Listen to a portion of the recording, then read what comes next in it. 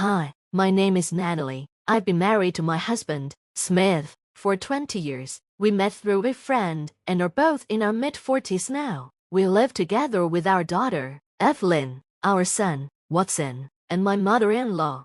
Before we got married, Smith seemed like a caring and dependable man who loved his mom. But after we got married, I realized his mom adored him so much that he always put her first, even over our family. Whenever I brought up how poorly she treated me, Smith would side with her and say, "My mom is right," refusing to listen to me.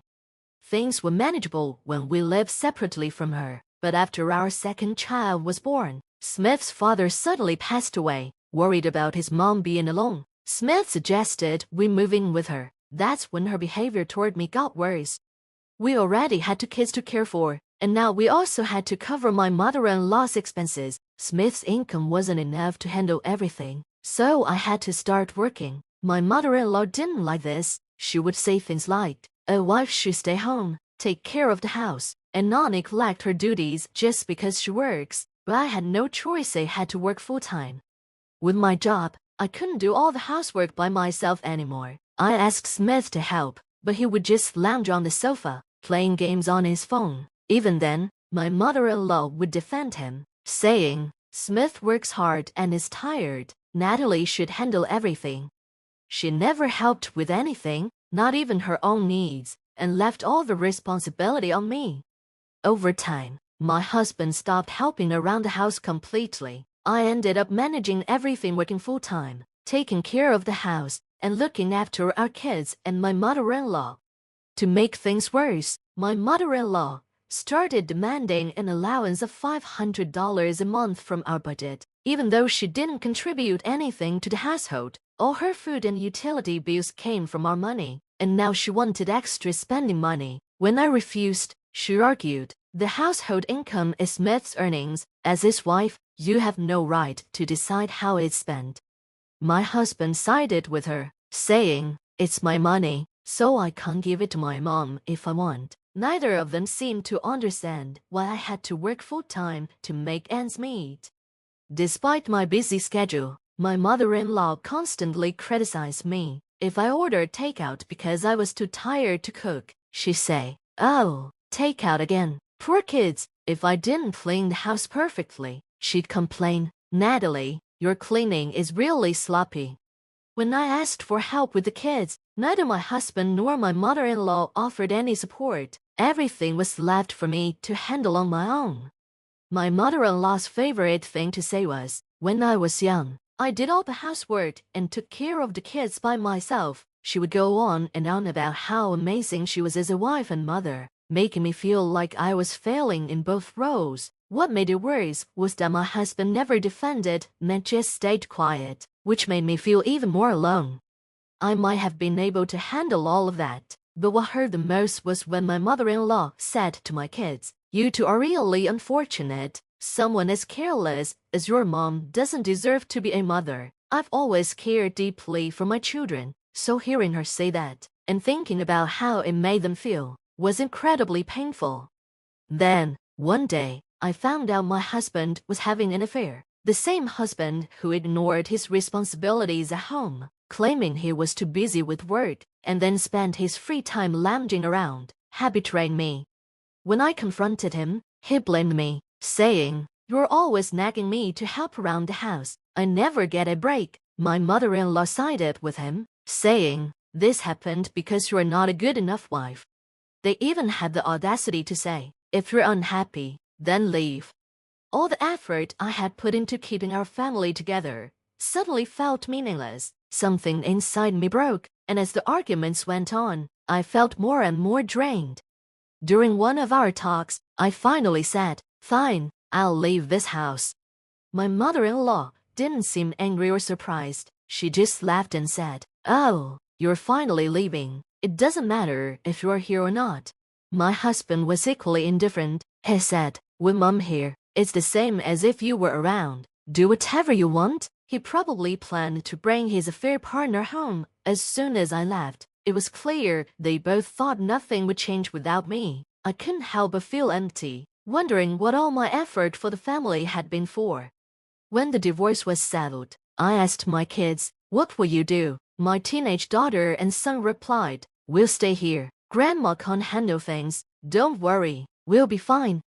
Hearing this, my mother-in-law smirked and said, "Of course they're staying. Who'd want to go with a mother who can't even manage housework or childcare? Don't worry, I'll do everything perfectly." Unlike you, my husband added, "I feel better leaving it alone." In the end, I left the house without my kids. As I was walking away, my mother-in-law taunted me, saying, "Leaving your kids behind, you're the worst kind of wife." Her words stung, but I kept going.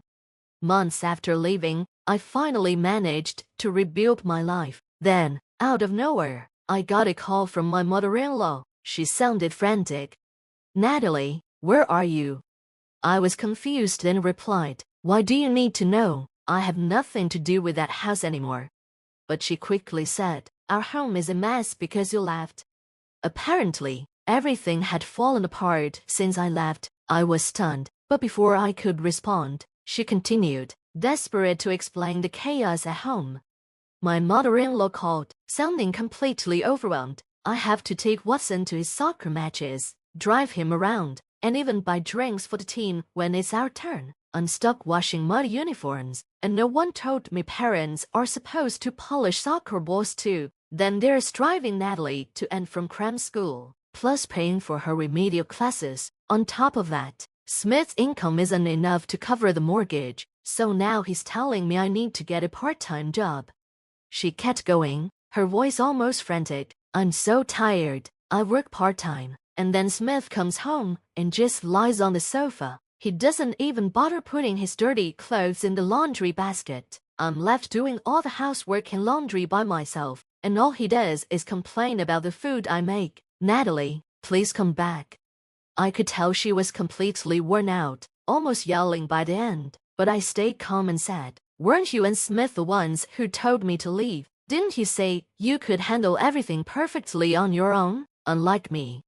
I heard silence on the other end of the line. My mother-in-law was shocked. She was now in the same situation I had been just a few months ago, working to support the family, managing all the housework and child care alone, with no help from Smith.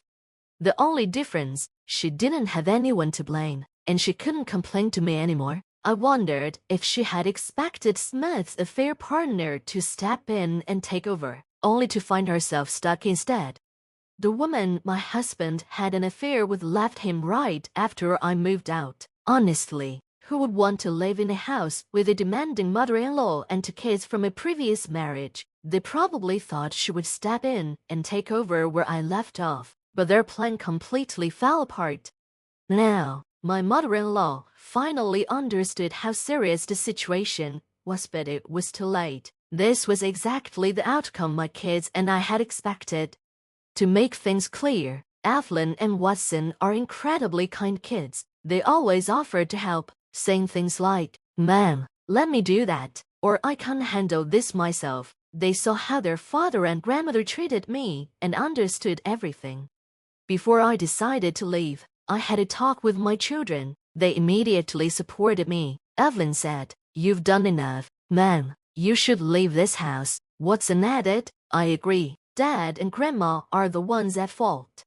They even offered to come with me, but then Evelyn said, "Even if we leave, Dad and Grandma will never understand how much you struggled." Watson chimed in, "Yeah, they'll probably just feel relieved. We can't let that happen. They need to realize how hard things have been for you." With that in mind, they decided to stay, hoping their father and grandmother would finally understand my struggles. My mother-in-law had no idea about this and just assumed I had abandoned my kids.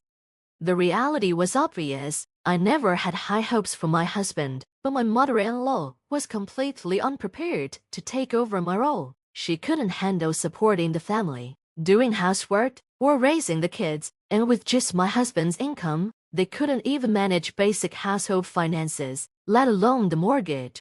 I'm sure my mother-in-law finally realized where her allowance had come from all this time. I had been the one doing everything, managing the house, caring for the kids, and holding the family together.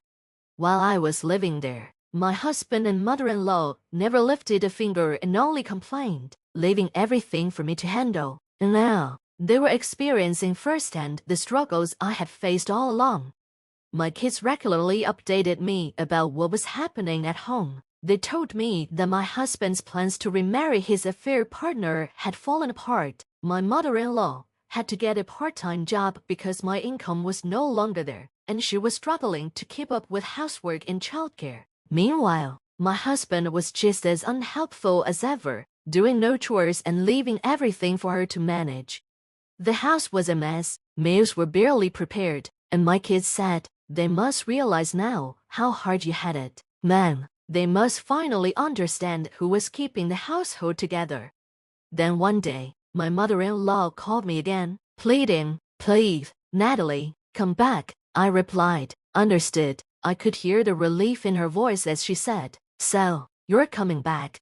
But I responded firmly, "No, I'm not coming back. What I've realized is that I can't trust you or Smith with my children. I'll be taking my daughter and son. That's what they want to."